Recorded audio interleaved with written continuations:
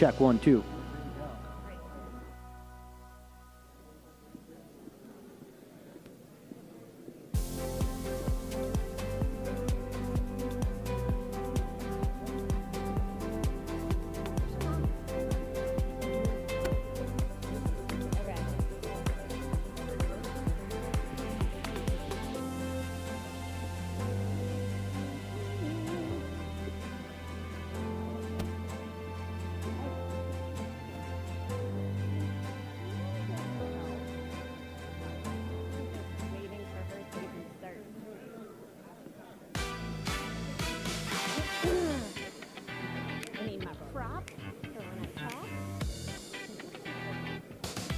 Public Works. Usually it's a popular town hall question situation. I know. Frankly, we would always make fun of it.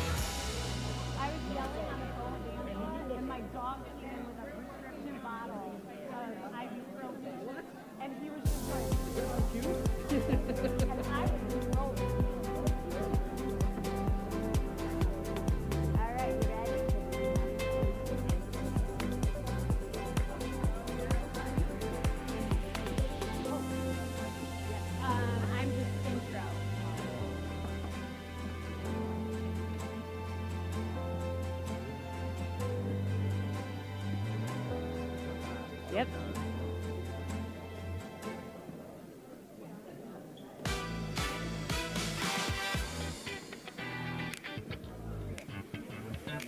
All right, everyone, we're going to get started, so please take your seats.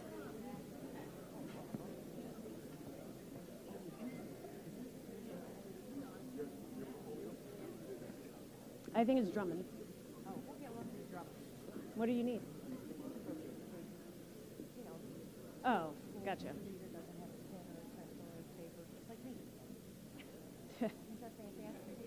Oh, good. I'm glad you like them.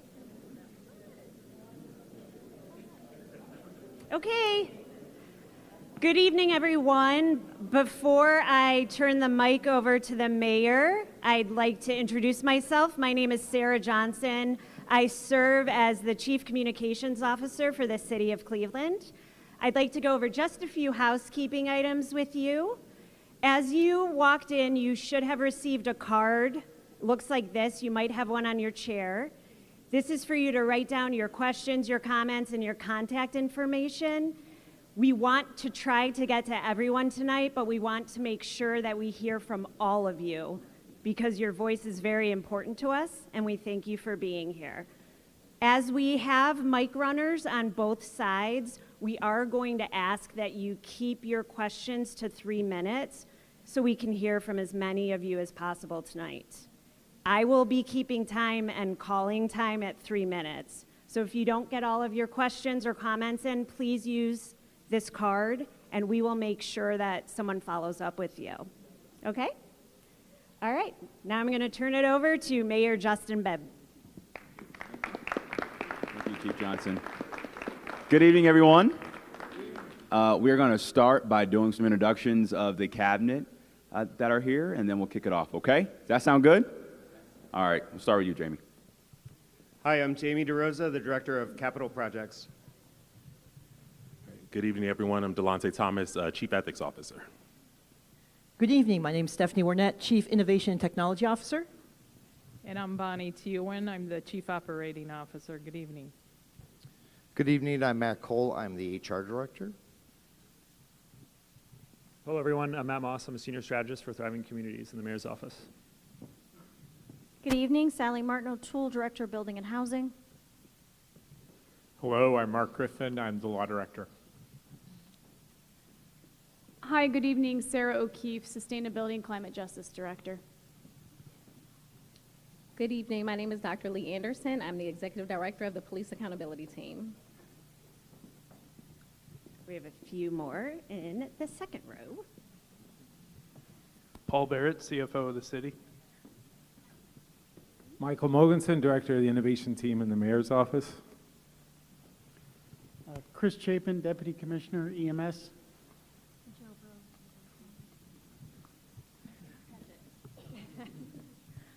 Good evening, Joe Rose Bordeaux, Small Director of Economic Development.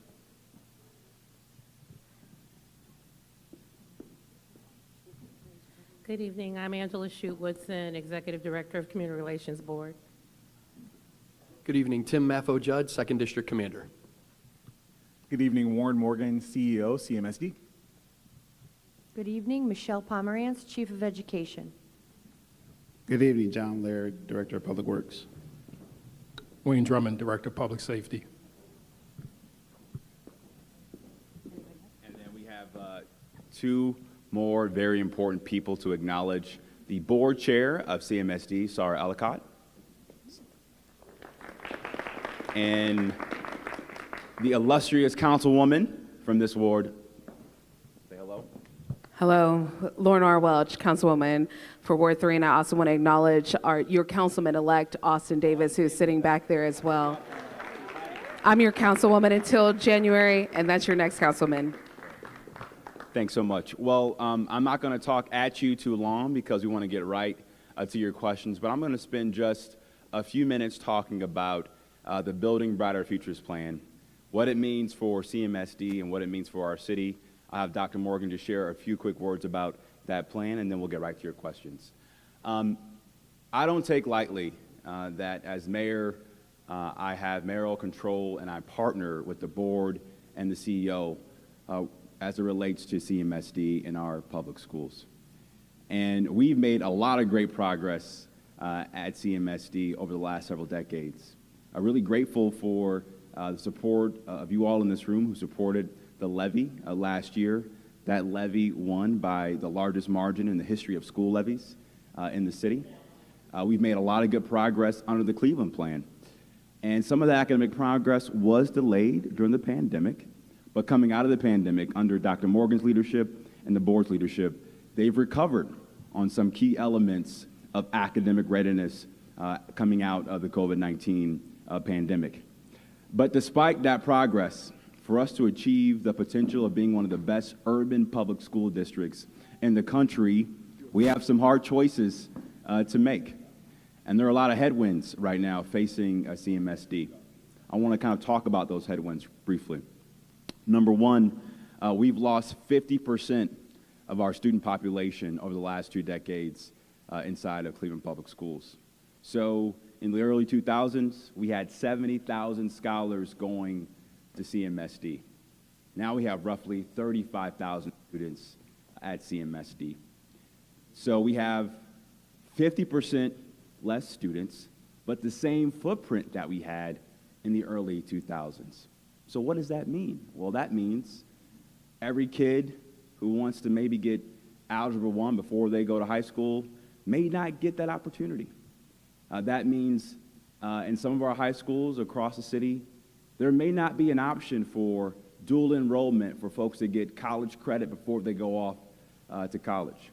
That means if you live on the east side and want to get an apprenticeship or be a part of a trades program, you may have to take 2 or 3 buses to get to Max Hayes. And frankly, that's not fair for our children. And so if we want to continue to attract and retain families to the district, if we want to grow our population and grow our tax base so we can invest in better streets and roads and continue to invest in public safety and housing, we have to make sure that CMSD is prosperous, thriving, and it is our obligation as a city to ensure that regardless of where our children live, regardless of their zip code, regardless of their address, they have the skills, the opportunities, and exposure to achieve their God-given potential. And that is why the Building Brighter Futures plan is a plan that I endorse, and I'm asking for your support to endorse that plan over the next several weeks. It's up to the board of CMSD to make the final decision, but I believe the board, with Dr. Morgan's leadership, in concert with the community, because they've been listening in the community for the last 3 years about the pain points and the challenges, but also the opportunities we want to have for our young people as well, too. So I'm going to let Dr. Morgan share a few words, and then we'll go right to your questions. Dr. Morgan? Thank you, Mayor Bibb, and good evening, everyone. I'm happy to be here tonight, and I want to share a little bit about building brighter futures. But before I do that, I know we've already acknowledged our board chair who is here, Sarah Ellicott, but I also want to ensure if there are any CMSD staffers, I know that we have members from central office, but if you're a school leader, an educator, a staff member, anyone who works for CMSD, if you could please stand. Let's give a round of applause.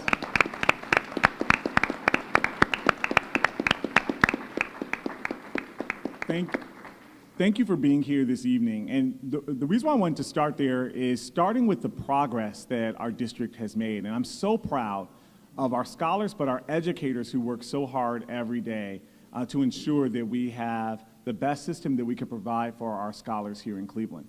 One of the things that you heard Mayor Bibb share is the academic progress we've had.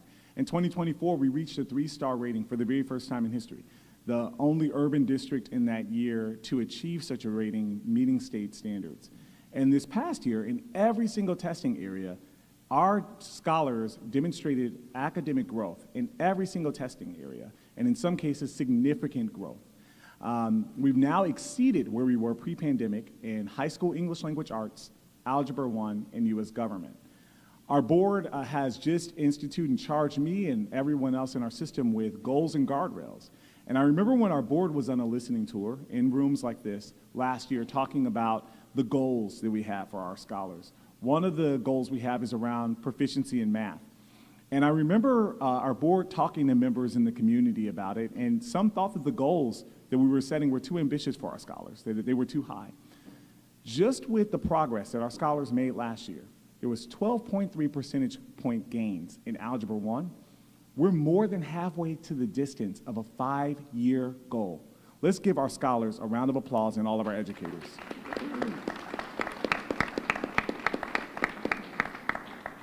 And I want to share that because it demonstrates when we set the bar high, when we have high quality programs for all of our scholars, and set the expectations high for our scholars meet it. Our educators are working hard day in and day out, either leading in the classroom, leading in schools, or supporting our students. And it demonstrates that when we set the bar high, that they can achieve.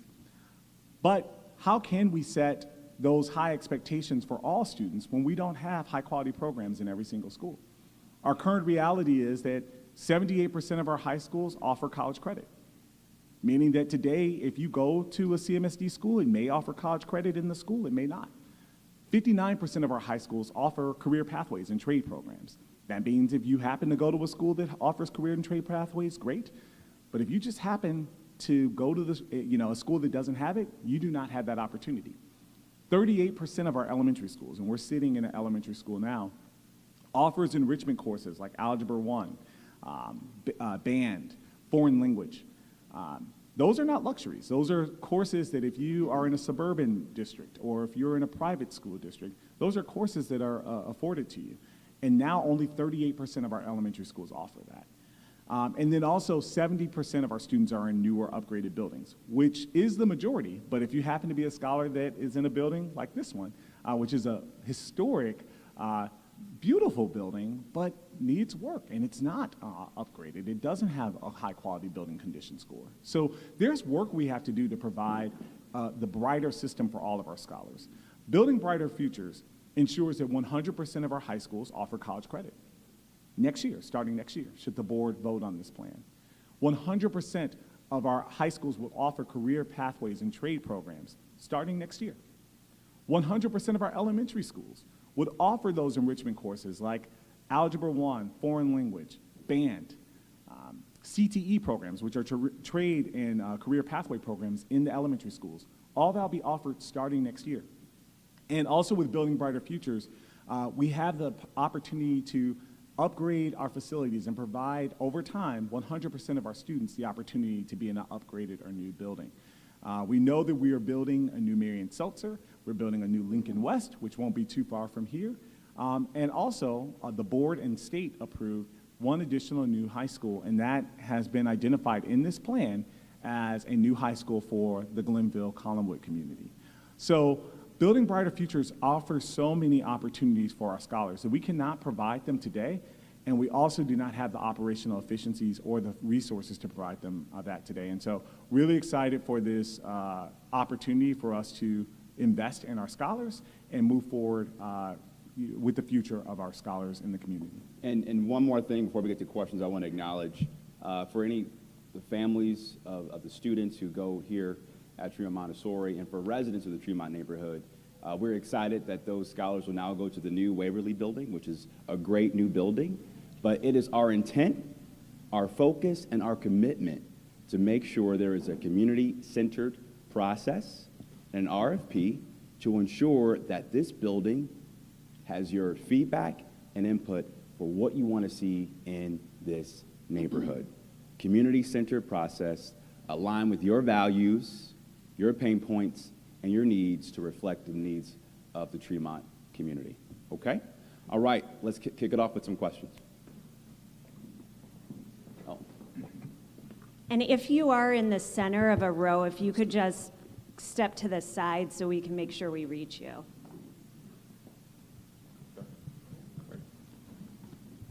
Test. Thank you. I just had a question. You addressed it partially a moment ago.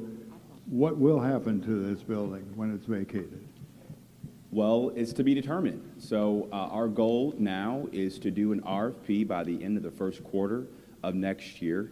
Before we launch the RFP, we'll have a host of community meetings to talk about what residents want to see for that building. We've done this across the city already. I'll give you a prime example. We did this in the West Park community for the old Hawthorne school. We partnered with a great community developer and Josh Rosen and his development firm. And now that building is a great building. It's retained its historical architecture and design.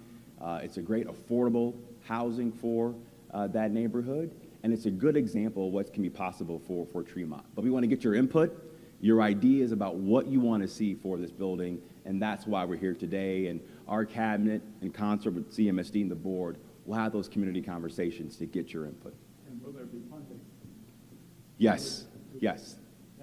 Yes, so just like any development project, the city offers a host of incentives to ensure that we have the financing and the capital we need to make the project work. Thank you. Thank you, sir.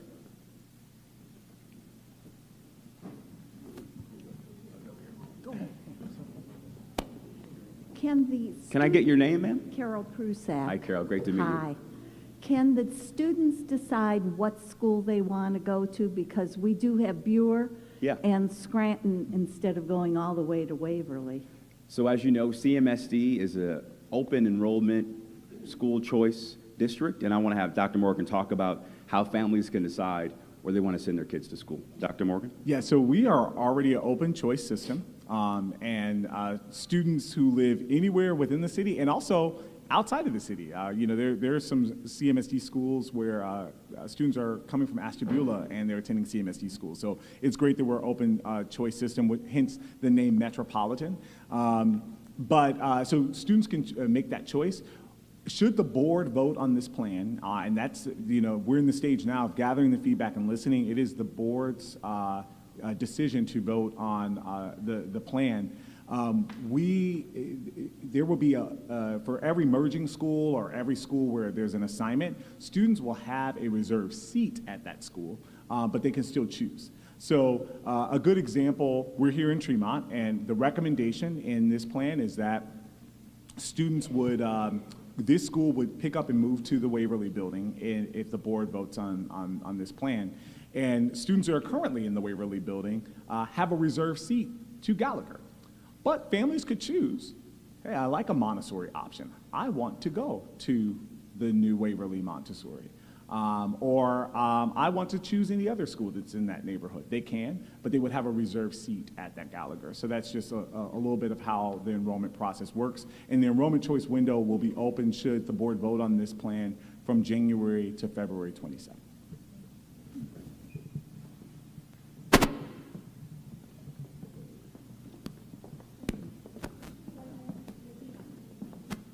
Sorry, I didn't see you. What's your name? Suzanne Meltzer. Hi, Suzanne. And I'm a resident of Tremont. Yes. My kids have gone through the Cleveland schools. They're both now in college. My question is actually not going to be about Tremont. I'm happy that the Montessori program is staying together. A lot of the teachers that taught my kids are still here and want to ensure that the Montessori trained teachers remain with the program. Through this kind of shuffling. I think that's really, really important. But my biggest question, my daughter went to the Cleveland School of Science and Medicine. She was a valedictorian there. Very, very proud of her and congratulations. That program there. Proud mama. She's at Columbia now in grad school in New York. But she got a great education there and absolutely loved the program. And I think one of the things I'm really concerned about is this merger. It seems like it's going to dilute all 4 of those programs. And right now, I think one of the things that makes it so successful is that the kids are, they're in their own high school. And they're smaller and they hold themselves, each other accountable, and they eat together, they go to class together, they know each other intimately. And I think, I'm worried that these kids are now going to be spread throughout the whole school within each of these 4 programs, and you're going to lose that sense of community that each of those high schools have. And, I just really fear for how that might fall apart. We understand that fear, and I know the board and Dr. Morgan put preserving the school culture, that school climate, for those specialized high schools at the center of that plan. So I want to have Dr. Morgan talk about what he's been doing with the board to make sure that we don't lose that school culture. So we have more young people like your daughter to be future valedictorians at that amazing high school. Dr. Morgan? Yeah, once again, echoing the congratulations. And John Hay School of Science and Medicine is an excellent school, as well as all the other programs that are part of them. All 3 of the schools on the John Hay campus were once 5-star rated. This year went down a rating, 4.5, because of our college, career, workforce, and military readiness standard. And so even with John Hay being as successful as it is and has a great track record, 40% of the class of 2024 met that college, career, workforce, and military readiness standard because there weren't completed pathways at the school. So what this opportunity actually allows us to do is still make it a selection-based school. It will still be a selection-based school should the board vote on this plan. And now there are more opportunities and programs for students to choose from. The science and medicine track, which I think is the biomedical science pathway, will still be in existence, and students can choose that. But now if a student is in the biomedical science pathway, they can choose, hey, I want to take a class this semester in architecture and design, which they don't have the opportunity to do. They can also take an IB class if they decide to do that. The International Baccalaureate program is a nationally ranked program that will only add to the repertoire of a highly selective school. And we see that model nationally ranked that can only add to our students and what they can do there. The early college model, the dual enrollment opportunities, those are all courses right now that are taught on John Hayes campus, and the students between the three schools don't have the opportunity to take advantage of that. Science and medicine offers the most AP courses we have in the district. Kids in that same building don't even have access to those courses. And so we really want to ensure more students have access to high quality. And this will be that premier high school that it can grow and learn from there. One other point I wanted to make on the science and medicine, we do know that the foundation, there's a foundation board of trustees at the School of Science and Medicine, and should this be a plan that our CMSD Board of Education, who does have the governing responsibility of all of our schools, including School of Science and Medicine, should they vote on the plan, we're working with the Board of Trustees at Science and Medicine to maintain the program, maintain the partnerships, maintain the internships, and even see if it can expand to more students. So it is a great opportunity for us. I'll also say, I know some people ask, how can a principal lead so many different pathways and programs? Most high schools in the country, there are many different pathways or academies. When I was a high school principal, we had 4 different academies in my school. We had a medical academy, we had a culinary academy, we had a carpentry academy, we also had a digital arts academy. I was the principal, I had an assistant principal, and those were all different pathways that students could choose. One school, different academies. Think of it like a university. One university, maybe different schools, majors that students choose from. Great. Thank you so much. Next question. Hi, Dr. Morgan and Mr. Mayor Bibbs. I work here at Tremont, and I've been here 19 years in this very building. But my question to you is, some of these schools have criterias, and some of our students don't meet those criterias. How are you going to adjust these students that you're placing in these buildings that say they have a walk, like for Montessori, there's a criteria to be in our building. There's the steps to be here and be Montessori. So how are the children in Waverly going to be able to merge into our program and we not have a headache and all that craziness with that? Also, this is the other part. I don't know if you know, but I live in the Collinwood area. And Collinwood and Glenville has been, like, it's a bad mix. Let's just say that, it's a bad mix. I suggest, and I understand that you have to close some of these buildings because the numbers are low. I suggest if we're gonna make this merger and do all of this, how about you change the name now so that when they come in, they're coming on a positive note. New name, new school. Not with the Glenville, Collinwood merger, because that's gonna bring some bad things to the neighborhood and to the school and drama. So how about you guys come up with a new name for the school now? That way they can live up under that name and show the positivity going in for the new school year. Dr. Morgan, you want to take that? Yeah, well, to that latter point, great feedback, and so that's good for us to listen to and consider. This is part of that process where we are listening. The board is listening. The board, not only approves the plan but also names buildings as well. And so, it's great feedback on that latter point. To your earlier point, Waverly is not merging with Tremont. Tremont is picking up and moving to the Waverly building. Students at Waverly have an assigned seat at Gallagher. Now, should the families choose to go to Montessori, just like now, their kids every year, their families pick the Montessori program. They can, but we're not merging the school communities, and we did that intentionally for that very reason. Great. Thank you so much. Next question. Tyler, you got the next one? You want to go up here? Tyler's getting his workout today, guys. Yes. Hello. My name is Edgar Hoyle. I graduated from East Tech in 2017 as valedictorian. Congratulations. Thank you. You work at Channel 19 News? I had an internship. I work for Rocket Arena right now, Local 27. I went to Ohio State on a full ride academic scholarship.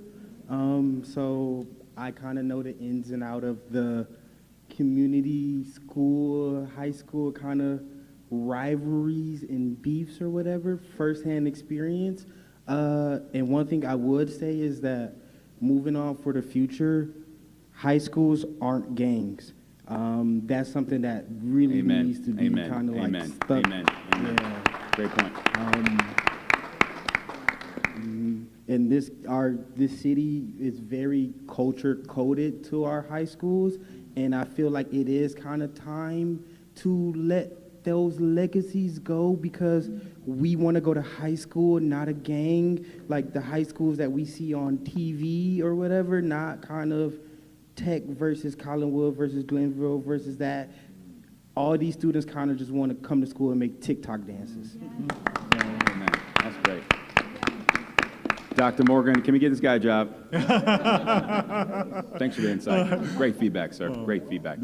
Yeah, and I'll just respond quickly to that. You know, just being a recent grad, one of the things I want to share to our entire community, this has been our experience too. Of course, we want to honor the culture and the neighborhoods of all the different things. And the reality of what our students are experiencing now may be different from what we experienced when we were going to school or what was in the past. And so my experience when I talk to a lot of students, yes, there are challenges. Yes, we have to think about safety. We have to ensure that there are that, but you're absolutely right. Our schools are not gangs. Our students are scholars. So like I said on Tuesday, we need to raise the expectation in the bar because our scholars meet that. We saw it with their academics, they're meeting it with the culture. So thank you so much for sharing. And we as the adults in the room have a responsibility to change that narrative. We got to take the lead on that. So thank you for that amazing feedback, sir. We appreciate it. Okay, next question. Yes, ma'am. What's your name? Good evening, Mayor Bibb. What's your name, ma'am? My name is Darlene. Darlene, great to meet you. And great to meet you also. I've been waiting to meet and Well, I'm talk here. with you. I'm here. Praise God. I'm going to start out by first saying that I am a member of this residential area and have been for over 20 years. And I'm also a former bus driver for CMSD. And with that said, I was also injured at work, and that's why I'm disabled. I saw you speaking on the news that you were going to have this town hall this evening, and I wasn't sure of exactly what you were going to come and speak on. So I'm terribly sorry, but I need to get off topic. That's okay. Thank you. I am truly, truly concerned, and I want to challenge you. Me being an elderly woman, disabled, if I can go and help out the homeless that are residing over in Tremont Cemetery, a block from my house, if I can go there every day to see that these people have something. Because, see, I feel as if it's inhumane for you to be homeless. Matter of fact, no one should be homeless in this country that we say is the richest country in the world. And with that said, you are an elected official, just as Governor DeWine is elected official, just as my councilwoman for Ward 14 is an elected official. I'm challenging you right now today. If I can go in pain to go help them, I'm asking you, Governor DeWine, and I can't call my councilwoman's name right now, but she is your majority whip. Councilwoman Santana. That's her. Yes, yes. That's her. Yeah. I'm expecting you to do more than what you have done, which is bring a porta potty to them and a garbage can. Yeah. You got to do more. Yeah. Yes, ma'am. Yes, ma'am. You must do more. Yes, I'm ma'am. praying that you do. Yes, ma'am. That's why I'm here. Well, I thank you for hearing me out. Absolutely. Truly. And I'm done. Nope. Take that back. I got scared for a minute. Sorry about that. I'm also concerned about the lights on I-90. traffic lights? The traffic lights on I-9, not traffic, the Street street lights. lights. There are no street lights from that lake shore on down to Dead Man's Curve. Why? Okay, great. It shouldn't be. So, Darlene, right? Yes, Darlene. Darlene, thank you so much for what you do to serve our homeless population, our unsheltered population, rather, in the city. I share your frustration. I share your frustration. I've shared your frustration since I put my right hand up and took the oath of office when I was sworn in nearly 4 years ago on January 3rd of 2022. Because I was so impatient about the red tape that exists at the federal level, the state level, and the county level, and because I believe we should be a city that that's certainly compassionate and that we take care of our unsheltered brothers and sisters, we put a plan together to address your problem. Let me tell you what we're doing and what we intend to do for the encampment that exists in the cemetery that you mentioned. First and foremost, did you know that in Cuyahoga County, to get access to permanent housing, you have to prove you've been homeless for 6 months, 8 months, or 12 months? Did you know that? No, we weren't doing it. Right? Did you know that there's barrier after barrier after barrier for folks that are living on our streets to get the help they need? So we have now deployed a program called A Home for Every Neighbor, using city funding to do this. And mind you, the city of Cleveland does not have a social service budget, right? The county and the state and the federal government are responsible for administering and managing all social service programs in the entire state of Ohio. So with this program called A Home for Every Neighbor, we are guaranteeing for at least a year rent for unsheltered brothers and sisters in our city through this housing first approach. We give them, if they need drug abuse counseling, we give that to them. If they need alcohol abuse counseling, we give that to them. We partner them with resume support and job career support. We also give them free furniture from the local furniture bank. And because of this program, we have housed nearly 190 of our neighbors, our unsheltered neighbors, in just 1 year. Now, mind you, we had a lot of encampments coming out of the pandemic because those COVID-19 subsidies went away. And as we all know in this room, housing costs continue to skyrocket. And guess what? Wages ain't going up at the same time, right?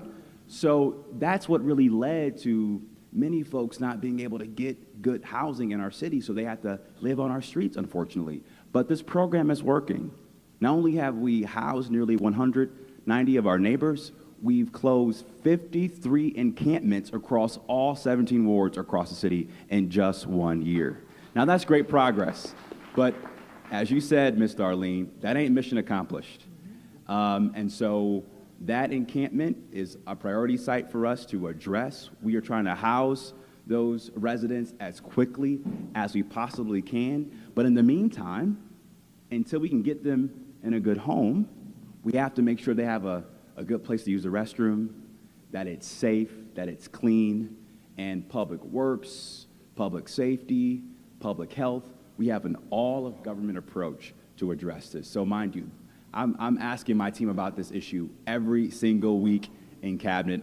I'm laser focused on it, and you have my commitment. We will get the job done for you. Okay? Thanks. Hey, Dad, tell you my name. You know my name? Yes, sir. But we got a question from social media from JC. She wants to know, what are you doing about the car break-ins? Oh, thank you. And then I want to have Commander Amafo Judd speak on this. But listen, I've been just as frustrated and pissed off as our residents about these damn car break-ins. And I will tell you this, we are deploying every resource humanly possible to deter and prevent that level of quality of life crime in our city. Under the leadership of our command staff and our chief of police, we just started a new unit called Stance, which targets street and nuisance crimes in the city. We're also deploying new technology in a way to help us track where this is happening and make sure we have the intelligence we need in these hot spots to deter that crime in the future and prevent it in the future. We have more cameras, more lights, and we have better intelligence as well. And just recently, we made some important arrests around that issue, and I want to have our commander talk about those critical arrests. Thank you, sir. Commander. Hello, Tremont. How are you? I'm Tim Maffo. Thank you. I appreciate that. I'm Tim Maffo-Judd. I'm the commander of the 2nd District. And like the mayor said, this mayor, this administration, this command staff, our men and women on the street and our neighbors are committed to stopping this problem. This is unacceptable. I'd like to give you some numbers. First off, who knows what CPOP is? Is anybody familiar with CPOP? Right? CPOP is a community problem-oriented policing, and Dr. Anderson and I have talked hours about this. Community problem-oriented policing, our city received a grant at the beginning of this year to staff neighborhood resource grant officers on each shift. And what those officers do is follow up on nuisance activity 24 hours a day, 365. So officers in every district, not just in the 2nd District, are following up on car break-ins, loud music, those nuisance crimes. Those crimes are being followed up on every neighborhood all day, every day. Just for an example, the 2nd District, just the 2nd District alone, in Tremont, Ohio City, and Detroit Shoreway, I'll speak here because that's where we're at, we've done 3,732 follow-ups in these neighborhoods alone. Guys, that's good. We're allowed to clap for that. That's good things. In addition to that, we've made over 58 arrests since January 1st. That's even better. You're allowed to be happy for that. So we're not stopping, we're not sitting on our hands, we're focusing on this in a data-driven capacity. So what does that mean? We're using our data analysis, in each district has a data analysis, and we take that information and we apply our resources to those specific areas. So we follow up, we're not just guessing, we're picking the hotspot areas that these criminals are using more often, going to those neighborhoods more often, and we're putting our resource there. So we're making a significant impact when we talk about stopping this criminal activity. Like the mayor said, to piggyback, we've started the street and nuisance criminal enforcement detail. So these officers are again using data, intelligence, like the mayor said, our flat cameras, our street cameras, old school detective talking to people. But technology is a huge component in that, and we've been extremely successful. In the past 6 weeks now, we've made over 23 arrests, and like I said, 58 arrests since the beginning of the year. So that's great, thank you. So yeah, that's okay. So we're not sitting on our hands, and we will continue to be proactive for you and make sure that our officers are in the best places possible. Thank you, Commander. Yes, sir. Okay. Hi, I'm Brian Mahoney. Nice to meet you. Great to meet you, Brian. Thank you very much. I got some cognitive latency problems. Don't but worry. Take your time. I live in government housing. Nice to meet you. That's who I am. I wanted to do like a statewide ballot measure, like an initiated constitutional amendment for climate change. Okay. Like how I don't know, but I just know it's like kind of way over me. Maybe this is a better because I need more support. I wanted to because you got to get like 50% of whoever is voted governor for the ballot for signatures, 50% of the registered voters, and then there's I have to get 44 of the 88 counties, like 5,000 of each signature, and it's obviously like way over my head, but like I wanted to take over all the farms in Ohio. Maybe they're being taxed too much or something, and build a bunch of solar farms. You know what I mean? Yeah. Like bigger than the solar farms at the Space Kennedy Center or in California. Yeah. There's California solar farms, and I just wanted to be all solar farms. I know it's kind of like insane for just one person to be thinking about all this stuff, but I know I need more help, but what have you done anything about right to charge laws in Cleveland, where the landlord is responsible to put up the infrastructure for charging vehicles or something? Well, I'm not too familiar with that law, but first I want to say thank you for your passion and commitment to address climate change. We need more people like you in the city and across the state. I'm going to have our climate director, Sarah O'Keefe, talk about what we're doing around solar and EV vehicles. To start, Director. Absolutely. Hi, Brian. Nice to meet you. I'm Sarah O'Keefe. I'm the Director for Sustainability and Climate Justice. And again, thank you for your passion. I have a business card to hand to you so we can have future conversations. We did just recently complete a climate action plan for the Cleveland community. We also have a municipal operations climate action plan. And we also have a regional climate action plan for the 5 counties. So it's not across the nation, it's not across the state, but it is 5 counties, which is a pretty good amount of progress. And a lot of voluntary actions, a lot of pathways that you can get involved in are included in those plans, and I would love to have a conversation with you. So I'm going to hand this card to you as soon as I'm done commenting here. Okay. But just really quickly, we do have some solar projects going forward on our police districts buildings in the city on 5 different police districts. We also have EV charging stations moving forward in a couple of different areas, so I can give you that information, and we can find it online as well. Okay. Thank you. Thank you. Thanks, Director. Okay, who's next? I can sit. Yes. Hi. What's how your you name, ma'am? doing? Elizabeth Coles. Great to meet you, Ms. Coles. You've met me all your life. You don't remember me. You got that hat on, that's why. That's why? Yeah. Okay. Because you came to my door and told me not to vote for Zach. I remember that now. You remember that now? That worked out, huh, Zach? I'm kidding. Okay. Well, I will introduce myself. I am Elizabeth Coles. I am the last active chairperson of citywide court-ordered desegregation. I am a former secretary of the Cleveland Library Board, responsible for the building of the main library and renovation. I'm giving you my vita because I have a statement to make about the vita. I am also the former chairman of the Cleveland Writing Collaborative, the Cleveland Foundation Math Collaborative, and I'm mostly a housewife. So that you know that I'm not talking from the position of an elitist person, because I was, during desegregation, picked as the housewife to represent the community. So I spent 23 years taking care of my kids. Okay, so to do that, I also want to say that I'm going to ask you questions about the schools, but I'm not going to ask you questions about schools from Dr. Morgan's perspective. I'm going to ask you questions about the school from your perspective, because that's what we were taught in those 20-some years of PTA. And that is that don't talk to people who can't do anything about what you're asking. So the main question that I'm asking, because I think that all of us have class action on that issue, is that it was suggested that the city take over some of the facilities and utilize them, which sounds very good on the surface. But the problem with that is I have an $800 tax bill that I voluntarily gave myself in Mill Creek because of building schools for children.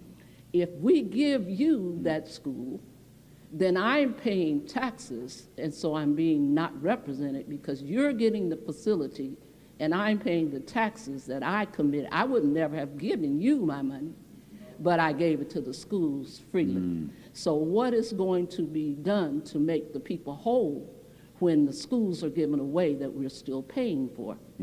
That's question number one. Question number two is that this short period of examination after 40 years of involvement, I will tell you, is entirely too short. It is entirely too short simply because when we've done this at least 3 times before, we have gone to every school, we have did a full facility study so that we can determine what school can do what. One of the things we determined under, I think it was Sammy Campbell Parish, is that you could even turn Paul Revere into a high school because it met all of the state qualifications. The one thing about Montessori, you see, I got my shirt on because I had 7 people in this building at one time, is that if you are not curricularly aware, then you would never have put a Montessori building in Waverly. Montessori buildings depend on large unstructured spaces. They depend on the children having the ability to have their cubbies, to work both on the floor and on the table. They require, when they're instituted correctly, they require multiple age grades so that they're not one grade in one place. Waverly is not suitable. It should have, a true Montessori school should have the ability for every child to walk out their door to an outdoor space, because part of the Montessori program is to have children work with nature as well as academic, and they must work independently. So while you are taking the Waverly School from the Waverly people who pledged, to, who vote for those levies, that you are not providing. You cannot. The Montessori teachers can tell you how to use that structured classroom because they're good teachers, but they cannot tell you how to fully institute the Montessori program in that structure. I would say that if I were to pick a structure, I'd pick Campus International for the central location and the structure itself. Okay, and then the last thing I have to say is, having said to you how deeply impactful I was as a single parent, I don't understand why there are no parent institutions in the school system. It says the statistics show that the single most important factor in the success of a child is legitimate parent involvement. We can't even go in the buildings if the principal says no. So that's a key thing that you need to do. Let me, I got a long to-do list here. I have one more, now, see, I'm approaching dementia. No, it's not that. It's not that. Jesus Christ. I love Jesus too. Yes. You interrupted the thought, so. I'm sorry. Yeah, because of, like I said, the parent involvement, and the other thing is that you are being fed false information. I've been with schools for 40 years. The last time we had 70,000 children in the school district was in the 90s. There was no such thing. I don't know where that statistic came from. Yes, ma'am. But I know that we did not. We had 180 at the beginning of desegregation. By the 90s, we had dropped to 70%, 70.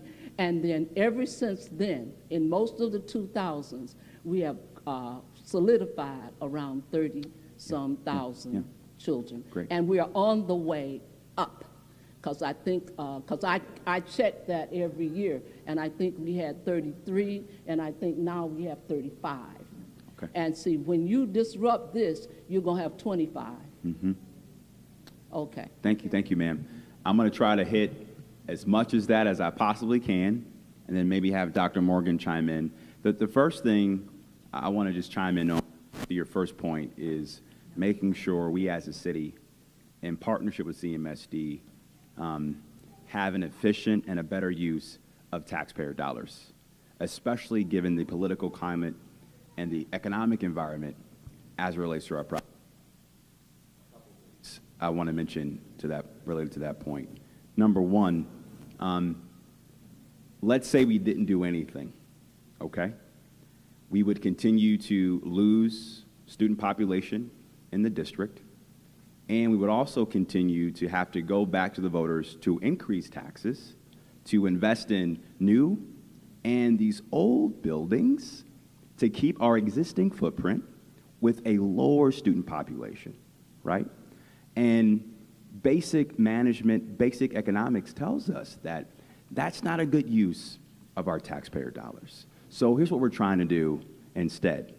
Number one, through this plan, we believe we can save roughly $150 million over the next 4 years, and take that money and invest in better education for our scholars, but also make sure we have the right investments to those new and existing buildings inside the district to make sure that you, as a hardworking taxpayer, get the right return on your investment.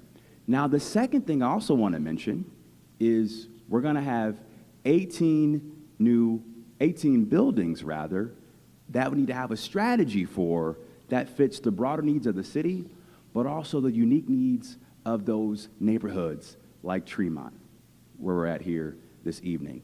And having a game plan for those buildings will make those neighborhoods better, grow the population, grow our tax base, and make them more vibrant. For example, the project that we are doing in the Lee Harvard neighborhood with the old JFK High School. We work with residents, the local CDC, and clergy, and other grassroots leaders to make sure that we had a game plan for that new site to bring more revenue, bring more jobs, and bring more opportunity to the Lee Harvard neighborhood in the southeast side. Now, second, to your point, it is so important that we listen to our residents, that we listen to our scholars, and that we listen to the community as it relates to this plan. Myself, as the mayor, I did an entire listening tour after I got elected, talking about the future of education. And the biggest pain points that the voters across the city told me we had to address was, number one, how do we make sure that there is broad-based equity in all of our schools, regardless of where you live? I believe the Building Brighter Futures plan does that. The second thing that the voters asked for was, how do we make sure that not only do we have college and career programs in every school, despite where it may be, how do we do that? The Building Brighter Futures plan is going to make sure that regardless of where that school is, 100% of our high schools will have college and career prep. And the third thing, but the most important thing residents told us during that listening tour was safety, safety, safety. And safety has been at the core of how the board, with Dr. Morgan's leadership and my team, have been thinking about and planning for the Building Brighter Futures plan.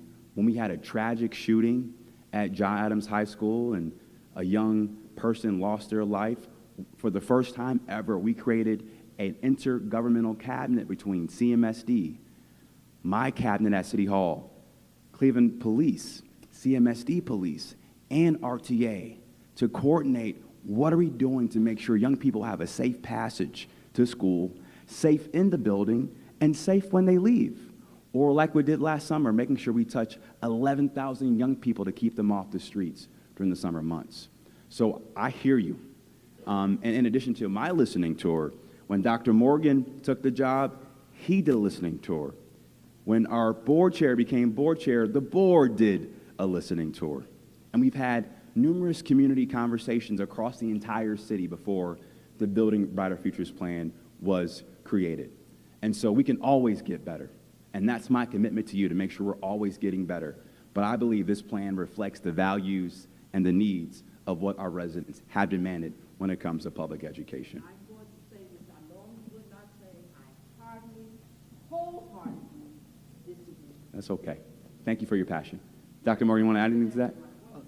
The only thing I would add would be on the parent ambassador. I heard your feedback, and always thank you for your leadership and your feedback. I know you not only a champion for education and advocate for education, not only now but through the years. So appreciate your leadership, as well as members of your family, their leadership in education. We do have parent ambassadors in our building. Every building has a parent ambassador rep. That supports our families with not only understanding the different options, but also sits on a parent advisory council that's led by our family and community engagement team that is under our external affairs office that Chief Farmer Cole leads. But definitely hear your feedback. And on a lot of those points, I was really just taking the notes, really around feedback, around even engagement, thinking about the Montessori education requirements and the things that should the board vote on this plan that we would have to really think to make sure we can continue to make sure it's a high quality program. Our team feels it's really important that we have quality options still within the system. which is why our specialty models, it's a big part of something that we're preserving in this recommendation, even though there's still some areas we need to improve with it. So it was really important that we still have Montessori options. And in this recommendation, both buildings, Montessori buildings, are actually getting a new building in this recommendation should the board vote on it. So just wanted to respond to a couple of those things, and we could talk offline for it. The other thing I just wanted to mention, speaking of board, I know you guys all got a chance to meet our board chair, Sarah Ellicott. I think I saw one other board member here who's also a CMSD parent and alum, Jerry Billups. If you want to raise your hand, Jerry. Hey, Jerry. Yep. All right, thank you. Thanks, Jerry. Thank you. Okay. Next question. Good evening. My name's Mike Reffner. My wife and I live in Tremont. We walk by this building literally every day. Yeah. It's a significant footprint and prominent location in Tremont. And my question is about you mentioned an RFP and the determination of what's going to happen with the property. But I wanted to just express concern that it may take a long time to convert the property. And the buildings that sit empty tend to degrade very quickly, and they also are subjected to vandalism and so forth. So just the degradation of the property, whether it's going to be refurbished or torn down, but is there a definitive timetable for the transition? I know there's feedback and a determination of what's going to happen, but is in the plan a timetable? I'd hate to see it sitting here for 2 years, 5 years, 10 years empty because of the location and how prominent it is in the neighborhood. Yeah. I'm going to have our Director of Capital Projects talk in detail about how the city partners with CMSD on redeveloping or repurposing some of these assets and the timeline that it takes to address your concern. Jamie? So you are absolutely right. Sometimes when a building sits too long in a neighborhood, it really has an adverse effect on the neighborhood. And so we are laser focused on making sure that we partner with CMSD to work hard to find the end user after community engagement and move through that process quickly. And so we're already working on the RFP format. We're already thinking about when we can engage with the public. And then we will work hard to select a developer. We're assuming it would be for historic redevelopment. Who knows what the proposals might actually be, to move through that process quickly. And like the mayor said, really work through our Department of Economic Development to offer the incentives to help build the capital stack that's going to be needed for that development, because it all comes down to how quickly can the developer put together the money that's needed for the full renovation. But in the meantime, we'll be working with CMSD either to maintain the property, keep it secure, or if the city takes title to it, then we would be doing that ourselves. But we completely understand the concerns, and that's why we're already starting to work through that process. Thank you, sir. Does that? Typically, it's going to take about 2 years. I mean, that's, 2 years for the start of construction, and then, could be, a year to 18 months for the construction. So it is a bit of time, but we're going to stay focused on making sure the property is secure and safe. And the RFP will be released at the end of the first quarter of next year. Okay? Yes. Yes, sir? Where am I going? Sorry. How you doing today? My Hey, name sir. is Jahal Muhammad. How's it going, Mayor? Good. I have a question. I just relocated to the Ohio City neighborhood. It'll actually be a month Friday. And unfortunately, I suffered from my car being vandalized on a whole street. And my question to you is, we have an idea as to who's creating these crimes, but how do we create a path to hold the parents accountable for these children that continues to cause so much violence and nuisance crimes throughout the city? We know that our parents have to be a part of the solution and partner with us to make sure we can, with compassion, hold these juveniles accountable for this street crime and nuisance crime in the city. Already, my command staff have met with the administrative judge at the juvenile court, Judge O'Malley, and for the first time in the city's history, we now have a deep collaborative partnership on criteria, how do we work together around what's the criteria, tracking what's happening, getting good intelligence, and really focusing on getting to the root causes of what's happening, right? So I want to have our commander really talk more in detail about what we've done already with juvenile court and the progress that's ahead. Commander? Yes, sir. So since the beginning of 2025, we've met with juvenile court, and we said we need to do something better. This isn't working. So what we came up with was an effort where every juvenile arrested for a gun, breaking into a car, or stealing a car is ankle monitored. Not only that, the next day they're arraigned and then offered social services with their parent or family, to the mayor's point, where we get to that underlying cause. If we just make arrests, we make arrests, but we need to stop it before it starts, and that's really the effort that we wanted to do. So to the mayor's point, again, we met with the juvenile court judges and again said, hey, this is since January 1st, something else isn't working. We need to hold more accountability to the parents as well. So what we've done is instructed our officers as a command staff, every juvenile arrested is curfewed so that the parents are also held accountable for their child's activity. So whatever that looks like in the court, they work it out with the court, they're also held responsible. We did come up with a different plan. The juvenile judges decided that every juvenile arrested for a motor vehicle break-in will be taken into the DH instead of just ankle monitored, because we realized this isn't working as well, and they were very appreciative of that conversation, and we came up with a different plan. And already it seems that this new stance unit, those underlying issues that we're addressing with the juveniles are going to work in the future. Great. Thank you, sir. Hello, my name is Lola, and I go to a charter school, and I want to talk about the school lunches. Me personally, I don't eat the school lunches because the school lunches just don't taste good to me, and I want to know why do we get such lunches as this, but if you go to a public school, you see their lunches is way better, or a public or private school. One.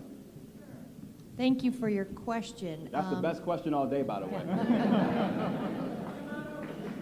We would welcome you to come to a public school where you have an even better lunch, but but I also want you to know that a lot of times school lunches are depending on, school management and things. That's one of the reasons why I think CMSD in the last few years have tried to go towards that fresh fruit and fresh produce but I would love to meet with you before the end of this to find out what school you're at and find ways that you and I can talk to your school leaders to help improve on some of those questions. And I also want to applaud you for taking to the microphone and advocating for something that's really important to all of you.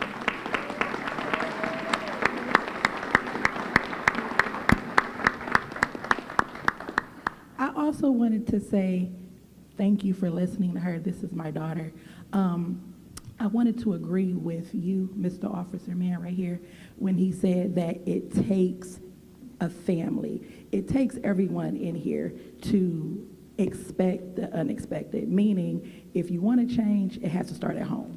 I understand everyone has concerns, and I was at the other town hall you were at the Glenville, Collinwood, and everyone had a lot to say. I didn't get a chance to say much, but I wanted to agree with saying that you came into something unexpected, and you're now trying to turn it around, and it's difficult. But at the same time, we're going to stand with you, and I just want to say thank you so much for listening. Mr. Mayor, we have another social media question from Lauren, and she wants, what's the update on Parks and Rec's master plan? Is Director Alex Nichols here? Let's talk about the updated Parks and Rec master plan. Our brand new Director of Parks and Rec. There we go. Thank you. Thank you. I appreciate the, I appreciate that education is important, but Parks and Recreation is important just as much. What we try to do is provide activities and services for the families, for the youth, for the seniors, for the whole family, out of school time, out of work time. In April of '25, the City Planning Commission adopted the first Parks and Recreation Master Plan. This is a 15-year master plan, and our goal is to improve the quality of facilities, the quality of programs, and to communicate better what we're doing to the community. For the first time this fall, we produced a recreation program catalog. We haven't done that in recreation, I don't believe, since the 90s. We are focusing on improving the quality of our parks, our playgrounds. I've been working with the advocates at Lincoln Park and many of the other parks, and what we're really trying to do is to ensure that we do have high-quality facilities, because nobody wants to go to a park with a broken swing set. Nobody wants to go sit on a broken bench. Nobody wants to go swimming in a pool that has poor water quality. So we are building our department. We just hired an urban forestry commissioner. We hired a new deputy commissioner of aquatics, and bear with us as we do some cleanup, but we do intend to continue to expand services and improve services. Thank you. Thank you, Director. Thank you. Okay.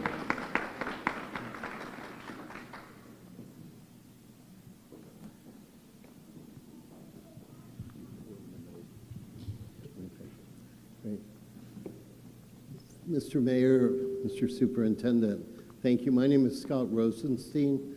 I'm a 20-plus year resident of Tremont. I'm also a community organizer with Tremont West Development. As the distinguished woman who spoke earlier said, this is at least the third time, maybe fourth even, since 2002 that we've gone through this process and the residents have rallied on behalf of Tremont School. The first time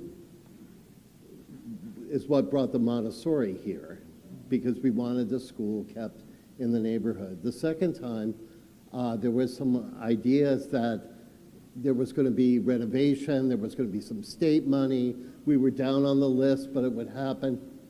I think the state money went away and it never happened. So now we're back here. I understand what you're saying about declining enrollment, and those are things, yes, that you have to deal with. Please understand that many people in this neighborhood are very much attached to this school. It has a lot of history for people. It's at the heart of our neighborhood. Yes, we have some other schools. They do great work. We want to be supportive of them as well. I think many of our residents would like to see a school remain, hopefully the Montessori, but a school remain on this site. That would be our top preference, and that the building would be renovated and that they would have good facilities to go to school in.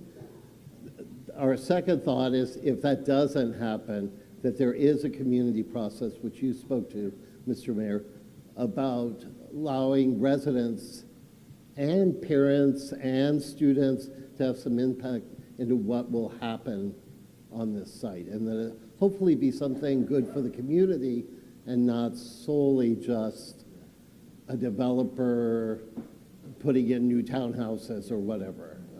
As important as those things are, there's things the community needs as well that may not be able to access those kind of things.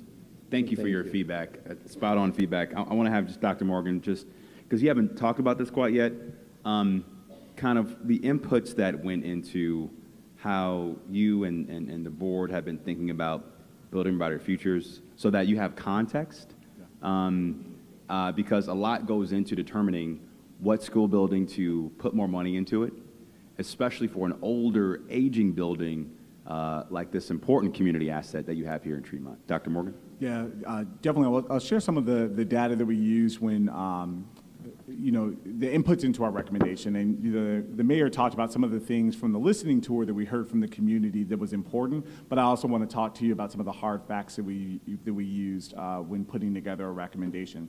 But before I do that, I also know that this community, you mentioned there's a history of what was going to happen with this building and maybe a new building, all of those different things. And I know that with this recommendation, it's not a renovated building here. I am happy that with the recommendation, we can give the scholars in this building, as well as when I think about Stonebrook White, a better quality building. When I was a network leader many years ago working for the district, Michael R. White was one of my schools. And I remember being in those community meetings with Councilman Conwell, and we were actually advocating for some change there. And after once I left, it had become a Montessori school. And so really excited about that, but then also knew then, I remember walking with our Chief Operations Officer, Pat Zahn, and just saying the kids deserve a better facility. And so not everything is perfect with the recommendation.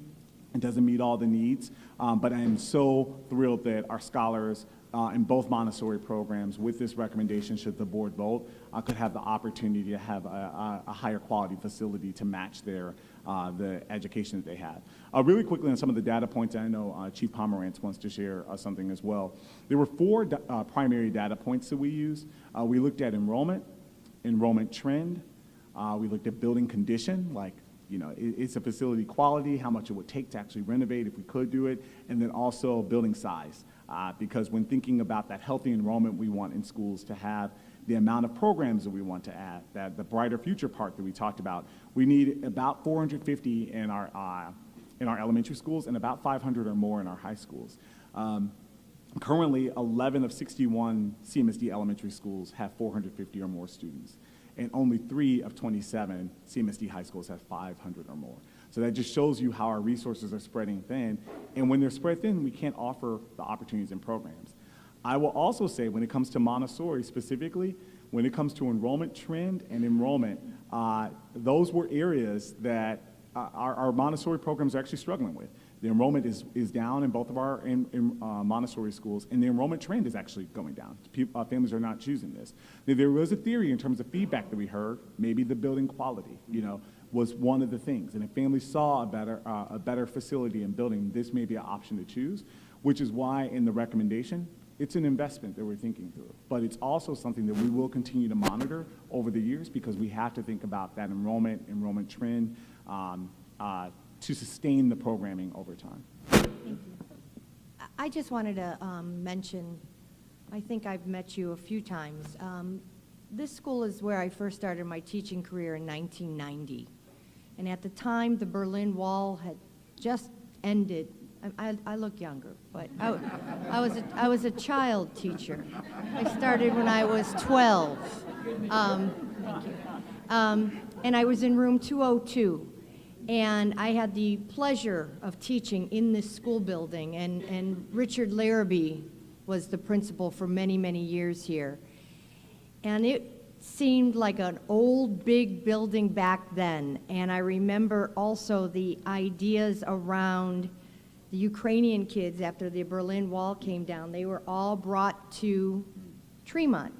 And it was, I was teaching a full class in room 202 at September, and then the next week we had 12 children that came from Ukraine to Tremont School, and they came here and they were so excited, and in many instances a lot of them didn't know any English, but they excelled in some ways even more quickly than some of my other students, and it was such a unique, special place for the children that were coming here. And then through the years the policies changed, and they developed and moved the kids over to Gallagher, and then over to Natividad Pagan, newcomers school.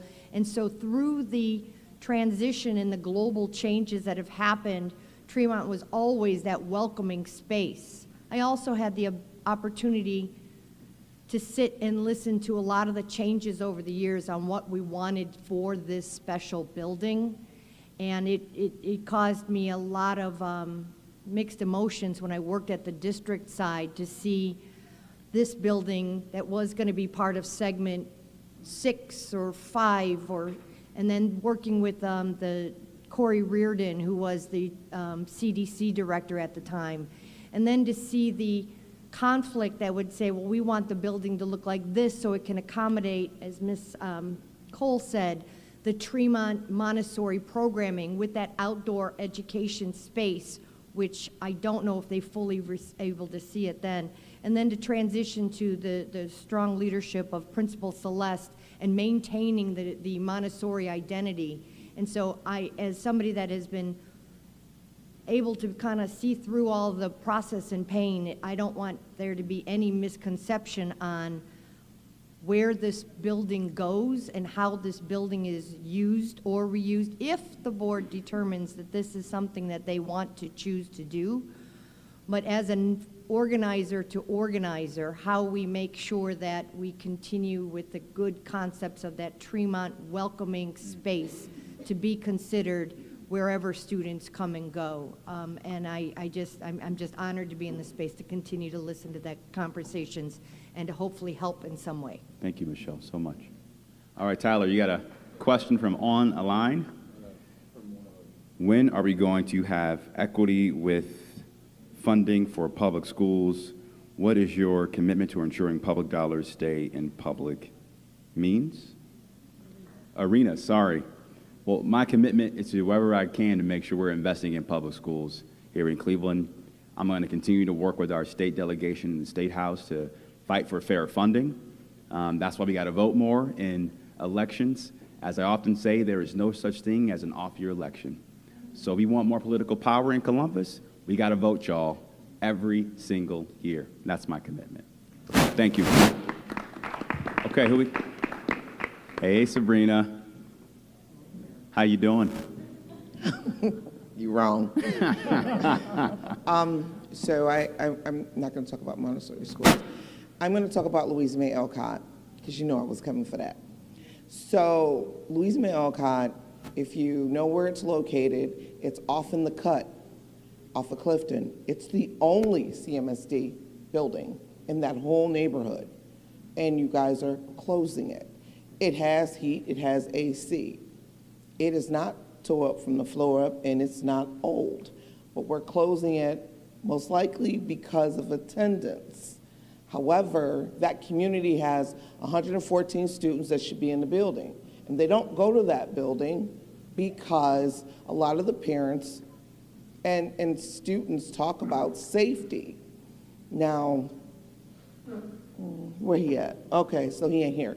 So CMSD has a chief, and we have been going back and forth regarding safety in the building.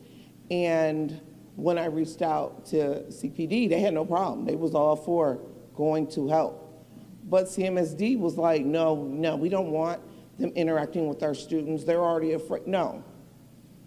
If kids are afraid and want to go to school, then the district's policing needs to be more open. I don't know when they decided they was going to be open, but mayor and CEO, they weren't open. I got the emails. You know I'm an emailer. They weren't open to that. So that's a problem. The other issue is that building is a smaller cut building. All 6 of my children went there. There's an age gap of 17 years. So apparently we like it. The issue is people send their kids there because they can't handle K through 8th. None of your plans have smaller footprints for students who are not prepared for K through 8th. And we're going to push and force them into a setting that they emotionally can't handle. What are you guys doing for that? And again, the building's not tore up from the floor up. Yeah. I'll have Dr. Morgan talk about the specifics of Louisa May Alcott, but I will say this. I know that my command staff and the chief are open and welcome to any collaboration when it comes to public safety. And so if that's not happening, trust me, I will hold those folks accountable. So Dr. Morgan, I'm passing it to you on that one. Yeah, and it's great to see you, Ms. Otis. I know I owed you a message, and I always appreciate your advocacy, and not only just in all of our schools, but in that community. I know you walk those neighborhoods and No Safe Passage, you know that school well, and we talk about it often. So I always just appreciate you and everything you bring with that. I also follow up with you on, it sounds like a concern or issue you had with our police department. So I'll follow up with you on that. One thing I wanted to mention when it comes to Alcott with this recommendation, we do know, you are right, the building is not the highest quality building condition, but it's not one like that you said is in terrible shape. The enrollment and enrollment trends, when we talked about those primary data points, are lower. The enrollment trend has been going lower. And one of the things we saw in our data analysis was that the majority of last year's 5th grade class, when they chose a 6th grade, they went to Gallagher. So a lot of families are choosing that environment that is nearby, a brand new building. And that was one of the things that informed where we thought, could be an environment where they go, should the board vote on that? Because we were using data to look at that. I know that Alcott is a very special place. I remember when I went to visit it for the first time when I became CEO, and I didn't even realize I was still in Cleveland, because you almost feel like you're in Lakewood when you're up there. So it is a very beautiful community, but I did want to let you know a lot of families, when they leave there in 5th grade and go into 6th grade, they're choosing that neighborhood. Also, in due time, there will be another new facility not too far from there as well in the new Marion Seltzer. I know students right now are in the swing space at H. Barbara Booker at 65th, West 65th and Lorraine, but there will also be a brand new building up there. So I know that's not satisfying to your answer, but that's what went behind the thought there. I know there's a family meeting there tonight, which I thought that's where you were going to be, and I was going to text you like, I'm not going to be there. So I'm glad I get a chance to see you tonight. I was like, I'm going to be here at this town hall, but I'm glad that we get a chance to interact and talk, and we'll talk afterwards just to hear any more of your feedback. Also, just a reminder, the board will vote. The board is taking in all the input, receiving all the data in this point. And the board will make the decision based on these recommendations. Commander? Yes, sir. Hello, ma'am. I know we know each other as well, so just briefly comment on safety. We do work well with Chief Dotson, and the chief is committed to that in this command staff. Sometimes, I know last week I talked to Chief Dotson more than I think I talked to my own family. So we do talk a lot together for everything from traffic plans. I know there's an issue going in and out of school. The ingress and egress is sometimes a challenge. We've done everything from traffic plans to a staff member being in a car accident. So we do take safety very seriously. As a former educator, I taught 6th grade before I was a police officer. Yeah, so, no, not here. But I was a school teacher. I was a middle school teacher, 4 through 9. So I do understand the importance of safety, and children feeling safe means they're more likely to learn. So we are committed to that.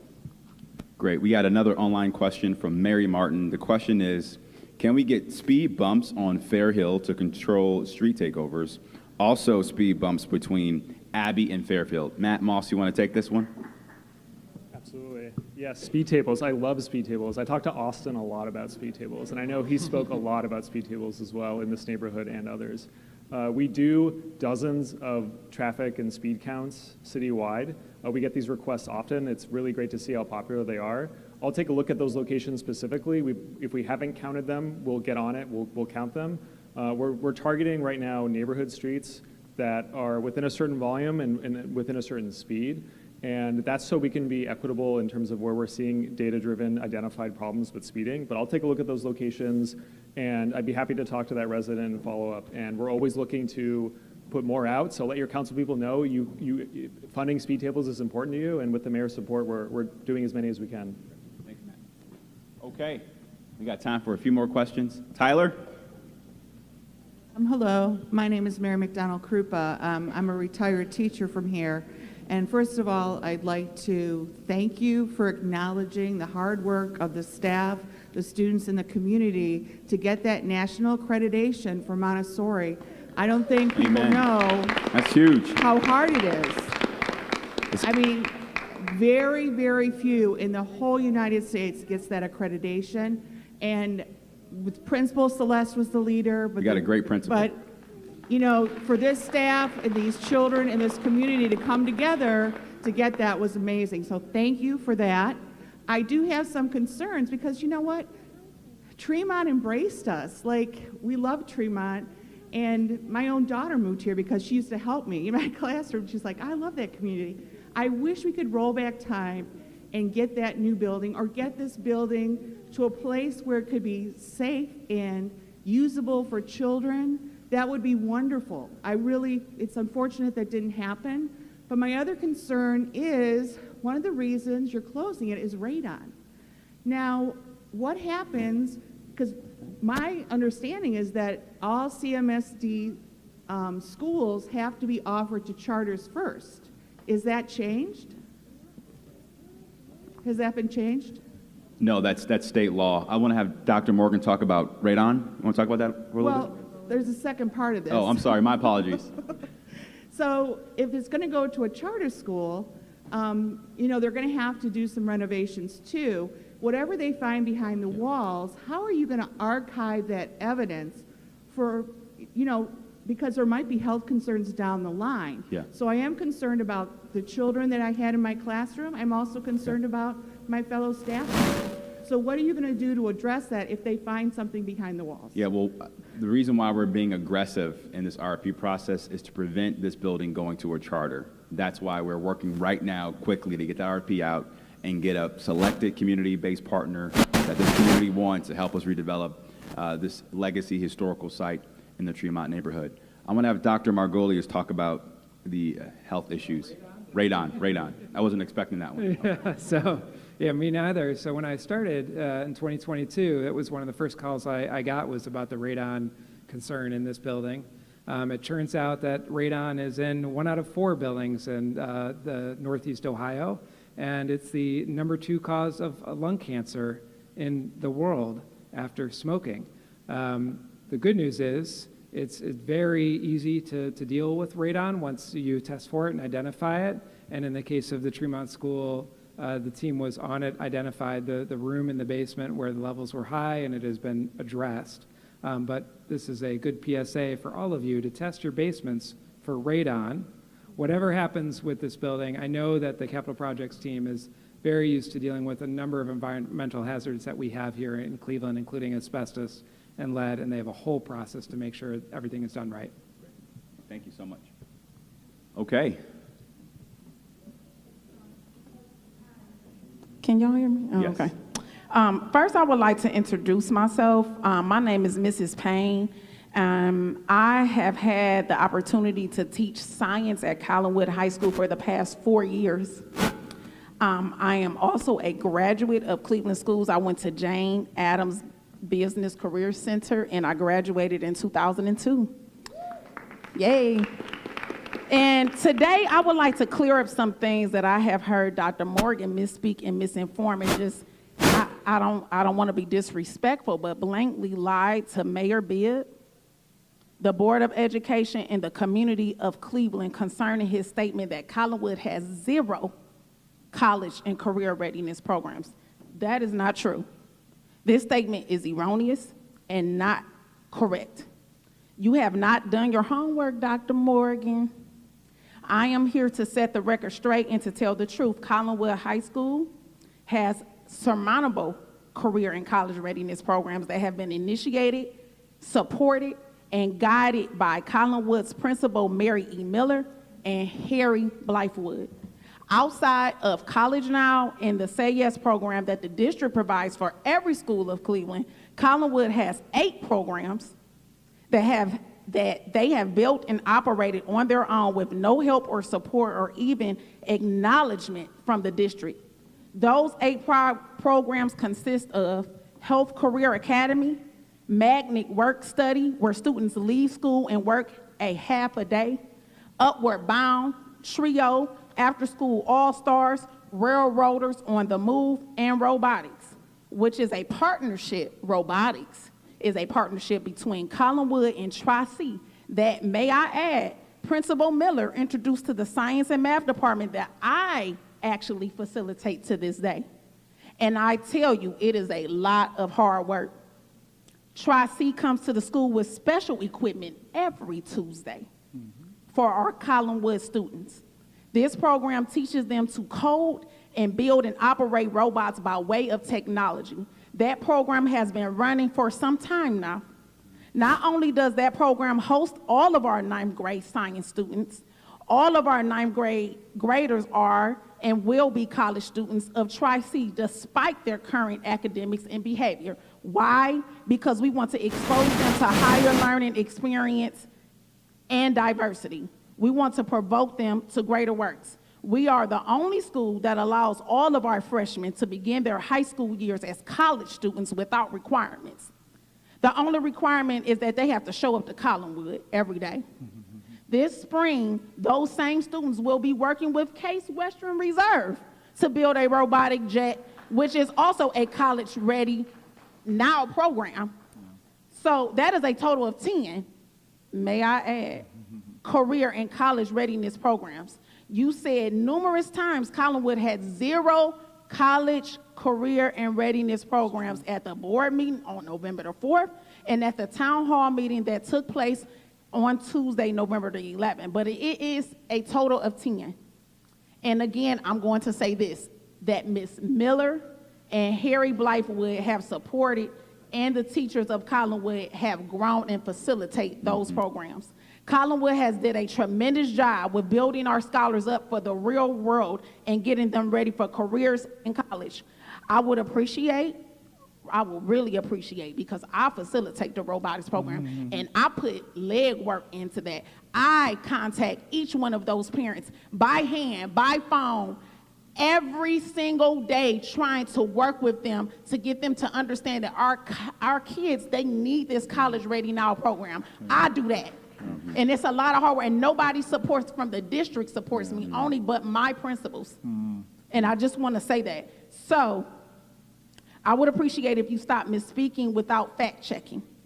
This information was not sought out, nor did you care to find out the truth. You are trying to make your agenda make sense when in fact you haven't really tried to help our scholars. It is a harmful agenda that you are trying to push. And if you carelessly didn't look for the information before you publicly broadcasted it, then my question is why? Because you hid this information from Mayor Beard, the board, and the community. As a CMSD educator, I am truly disgusted and baffled by such accusations and wanted to know why that statement of us not having 0 college and career readiness programs was mentioned when it was not true. And my other question is, if you hid this information, what else are you hiding to make sure your agenda is fulfilled? Great. Please, if I have time to ask this, what is Plan B if parents do not choose to travel to the new locations, and what will happen to the staff and teachers? Yeah.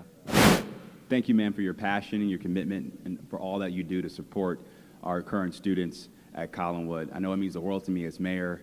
It means the world to our board and our board chair, and the world to Dr. Morgan. Let me be very clear about something, very clear. My only agenda is Cleveland's kids. I don't have any other agenda but Cleveland's kids.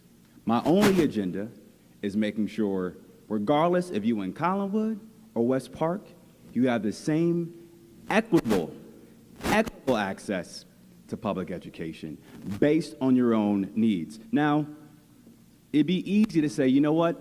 Let's continue to live with the status quo. Let's do it. Let's do it. And then what's going to happen?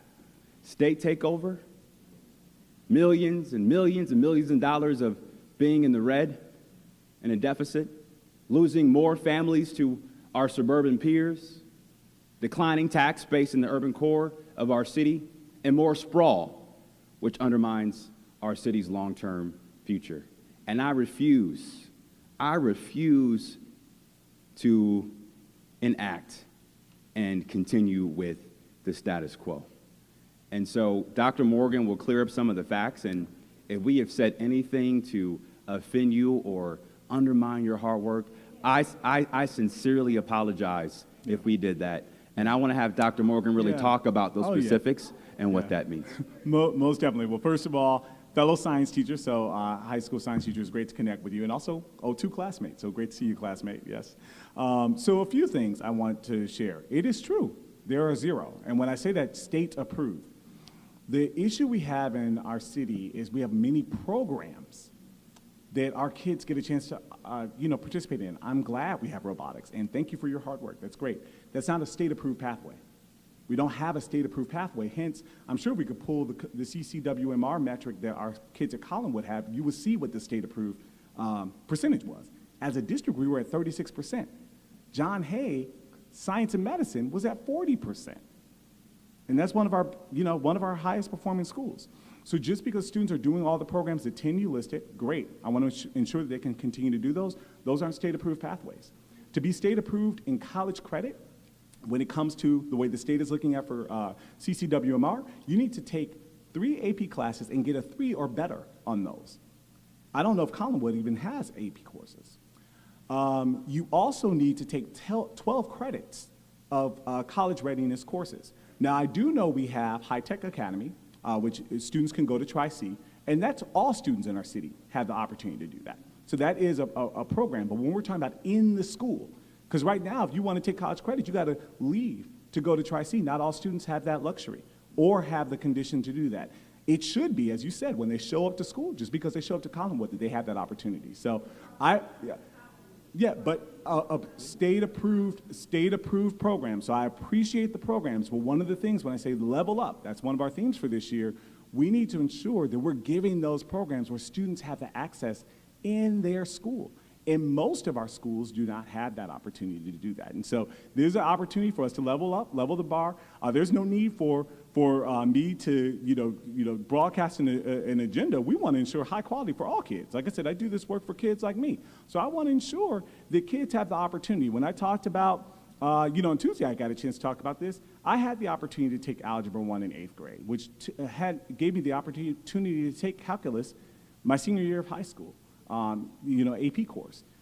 I want to ensure that students have those opportunities. I had a chance to be an all-state musician by playing in the band starting in 5th grade. Many of our kids don't even have that opportunity to do that. Some of them do. I know Tremont's one of the ones that did. I played my tuba with some of your scholars, Principal Celeste, but not all of our kids do. So let's level up. Let's raise the standard. I'm glad a robotics program is here. I'm glad students get a chance to go I'm glad they get a chance to go to Case Western. Those are great opportunities. And when we think about how many kids are actually going to college, how many are persisting in college, even with all the supports we have in the Say Yes Scholarship, it is persistently low. So I just say for all of us, not only within the system, but in this community, it's time for us to raise the bar, level up for all of our scholars. It's not a state-approved program. Yeah. It's a support. Yeah, it's a support program, but it's not a state-approved program pathway to get that credit. Yep. We got time for one more question. 2-for-1 special here. Thank you. Thank you. Mr. Mayor, Mr. CEO, Dr. Stokes, I have more of a statement than a question. In the last meeting of the dinosaurs voted not to change, and we know what happened in the end. They were extinct. So I want to commend you. I worked for CMSD for 9 years in multiple buildings, and I want to commend you for taking hard action on this because we kicked the can down the road a long time, and did nothing. When I taught in CMSD, I'm going to be honest, I would not send my child to CMSD schools. Not because I'm not a quality teacher, but because how we schedule our students. The school that I worked at, I was the only certified middle school teacher for almost 2 years because we did not have any substitutes. It is hard, but you are making hard choices, and you're doing the right thing for black and brown children, and I, for one, appreciate it. I appreciate that the same education that they get at Wilbur Wright, they will get over at Collinwood. I appreciate that. I appreciate that they're able to have an AP class on the east side because we don't have a lot of them. And as long as they were cherry picking under Eric Gordon, it was okay. And as long as black and brown children were the ones that were not being educated, that was okay. But now that you're leveling the playing field, we're saying it's a problem. And that is a problem. And that's where I stand. I stood behind you at Mount Sinai, and I stand with you today. Keep doing the good work. Thank you. Thank you. Thank you. Thank you, sir. My name is Al Shivers, and I went to Glenville, graduated in 1975. And when I went there, we had college prep classes, we had business classes in there, we had auto mechanics, we had technical classes. The problem that you have right now with our school system, Honorable Mayor Bibbs, you inherited. And I commend you for getting there, shaking things up, making it right. Now, we put you in as mayor. It's our job today to support your decisions. Thank you. Thank you. Thank you. Thank you. Thank you. Thank you. Well, I want to thank everybody for being here. It was an engaging conversation. Please stay tuned about all the positive updates around building brighter futures. Give yourself a round of applause. This is what democracy looks like. This is what a thriving city looks like, and I'm so grateful for you guys taking the time. Take care now. Oh, Sarah, where do they put the cards? In the blue blazer. Back table, blue blazer, Abby will take your cards. Thank you.